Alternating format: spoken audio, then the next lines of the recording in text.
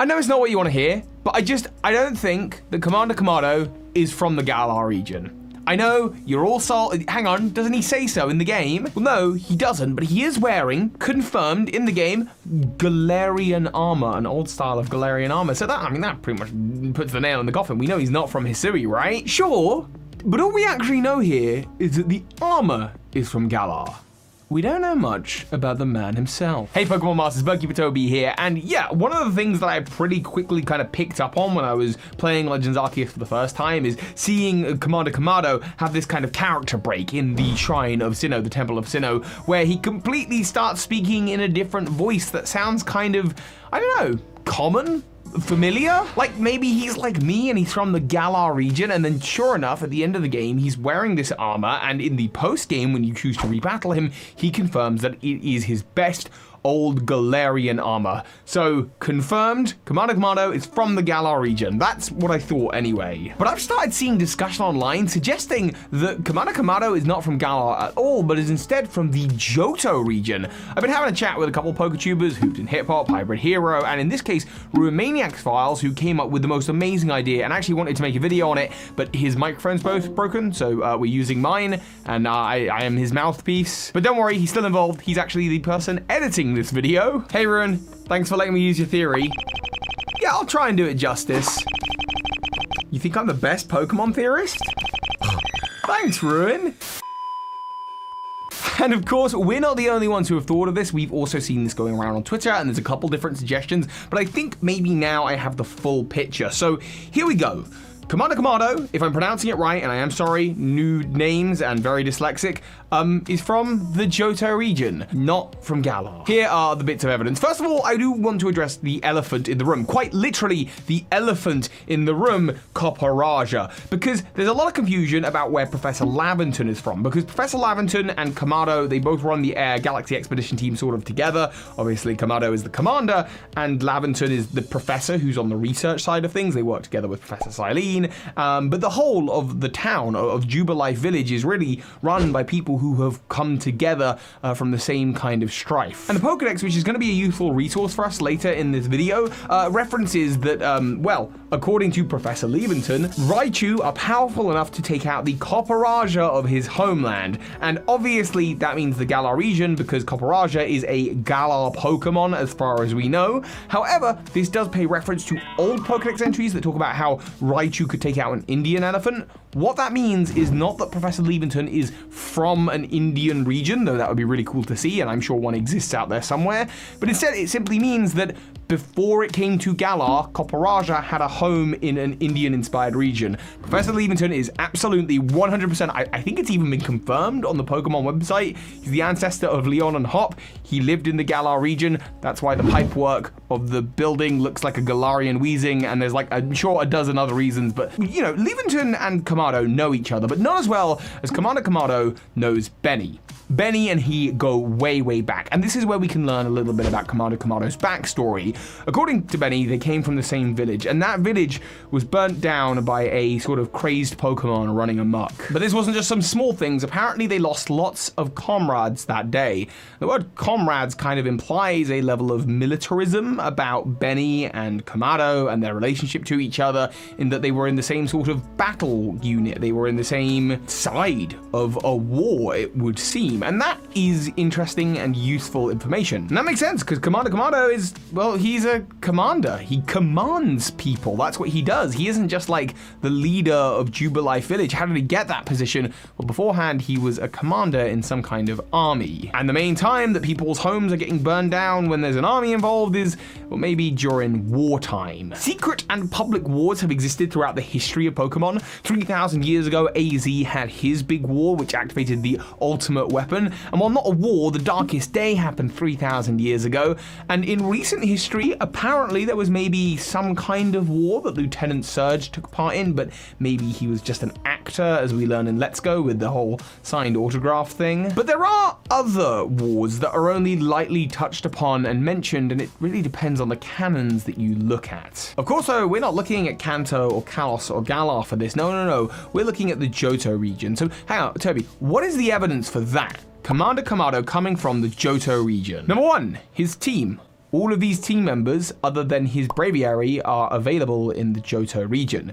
There's a common theme among them as well. Golem and Snorlax and Heracross especially are all wrestling, sumo-style Pokemon, and we know that Kamado has an obsession with sumo fighting, and this is something actually tied to the Johto region. Not only do we see the Cianwood gym leader kind of has an interest in, well, I guess he's more of a karate martial artist, but there is, I'm sure, an anime episode all about sumo fighting in the Pokemon world. It's set in the Johto arc, but that's just loose. The main point here is that yes, all of his Pokemon obtainable in the Johto region. Number 2, I have seen a lot on Twitter of people talking about the Lake of Rage and how in its beta form, the Lake of Rage actually used to be a town, possibly the home of the 7th gym, Mahogany Town, that later got moved in development, but this is possibly why we can still fly out there in the main base game. And the Lake of Rage has a lot of interesting stuff behind it because there's this idea that it didn't used to be there as a full lake. Instead, Gyarados rampaging came along and created the Lake of Rage by destroying the area in their rage. In the anime, we got a Pokedex entry talking about how it destroyed a village, and actually in Legends Arceus, we finally got confirmation of that. I suspect this Pokemon to be the true identity of a dragon written about in ancient texts. They say that it raised an entire village with white-hot beams from its maw. So the picture of a village where the Lake of Rage once was getting destroyed by rampaging Gyarados and becoming ancient legends of Johto, that lines up and allows us to name the Lake of Rage the Lake of Rage. So we like this, but I don't think this town is where Kamado is from. Because we've got to look at that wording here. Again, the Pokedex, much like the Pokedex entry about Raichu, is from Laventon's point of view. Laventon knows Kamado, so why would it say ancient texts and that he suspects this is the dragon spoken of in those texts? Surely he would have said, Commander Kamado let me know that Gyarados destroyed his home. I mean, this is a pretty important part of Kamado's backstory. I suspect that this Pokedex entry is referencing the events of the Lake of Rage, but it is not referencing the destruction of Kamado and Beni's home. My true suspicions lie in the one area of Johto that we know may have been involved in an ancient Pokemon war. And I say ancient, really we're only talking 150 years ago. 150 years ago in northwest Johto, there were 2 towers built to revere 2 great and legendary birds, Lugia and Ho-Oh. But at some time, a fire engulfed the brass tower, burning it down to the ground, and Lugia disappeared to the Whirl Islands. How the fire started, though, that is something that changes from canon to canon. We've seen this depicted in the games, in the animated main series, but also in Generations, and I think Evolutions as well. There is always a different telling of this story. Was it the storm that Lugia created by beating its wings that caused thunder to hit the tower and the tower to burn down? Or was it robbers who break into the tower burning it down? Or was it as a result of a time of war? All of these versions of the story have been told, but the 150-year date actually works really well with the Legends timeline. I know, I'm saying it now, we know that according to the Pokemon timeline, according to Pokedex entries about Spiritomb was originally sealed away around 500 years ago. This is the same time when Magearna was created, the first Pokeball, but not really. Though it is interesting to note that it seems like the Hisui region is behind other regions when it comes to Pokeball production, because very clearly Magearna existed 500 years ago, but this game cannot be that old because Spiritomb's original sealing was 500 years ago. And the character Professor who gives you the Spiritomb quest directly mentions that the original sealing of Spiritomb happened hundreds of years ago, which means Pokemon Legends Arceus cannot be any earlier than 300 years before the main series, because there needs to be hundreds of years since Spiritomb's sealing. And if you base it on real world estimates, 150 to 200 years ago does sound about right. So this is like perfect for us and our timeline and gives Legends Arceus like exactly where it's supposed to be. But there's 2 more things that tie into this. Number 1, while in English the accent break completely confused me, in Japanese, the original language, the dialect that he begins to speak in is something called Kensai Ben. Kansai Ben. This is a dialect of Japanese, though, based on the area that inspired the Johto region, meaning at least in the Japanese version, I think they intended for Kamado to be from the Johto region. You combine that with the team and the fact his hometown burnt down and the fact that, well, the town Ekurateak, the tower burnt down there, it likely caused fire to other buildings. But then there's one final note, and it ties into what I just said about Pokeballs. At the very beginning of the game, Professor Laventon mentions one thing. He says, Pokeballs, they're a relatively recent invention, and they've allowed him to, I guess, catch the Pokemon that he's got. Newly invented by way of crafting apricorns into Pokeballs, something that the Galaxy team bring with them and actually hold the recipes for, which is how the Galaxy Expedition team gives you the recipes for the Pokeballs you're going to use throughout the game. And where did they learn how to do that? Well, probably in Johto, where the craft originated from. It is this incredible craft that allowed people to finally take it to the Hisui region and settle there. I also love the idea that Pokeball development happened at different stages throughout the history of the Pokemon world, because then that really makes sense with everything that Drayden has ever said, because that's that whole thing where he's like, when I was younger, we didn't even have Pokeballs, they didn't exist. But we know for a fact that ancient Pokeballs have existed for a long time throughout the history of the Pokemon world.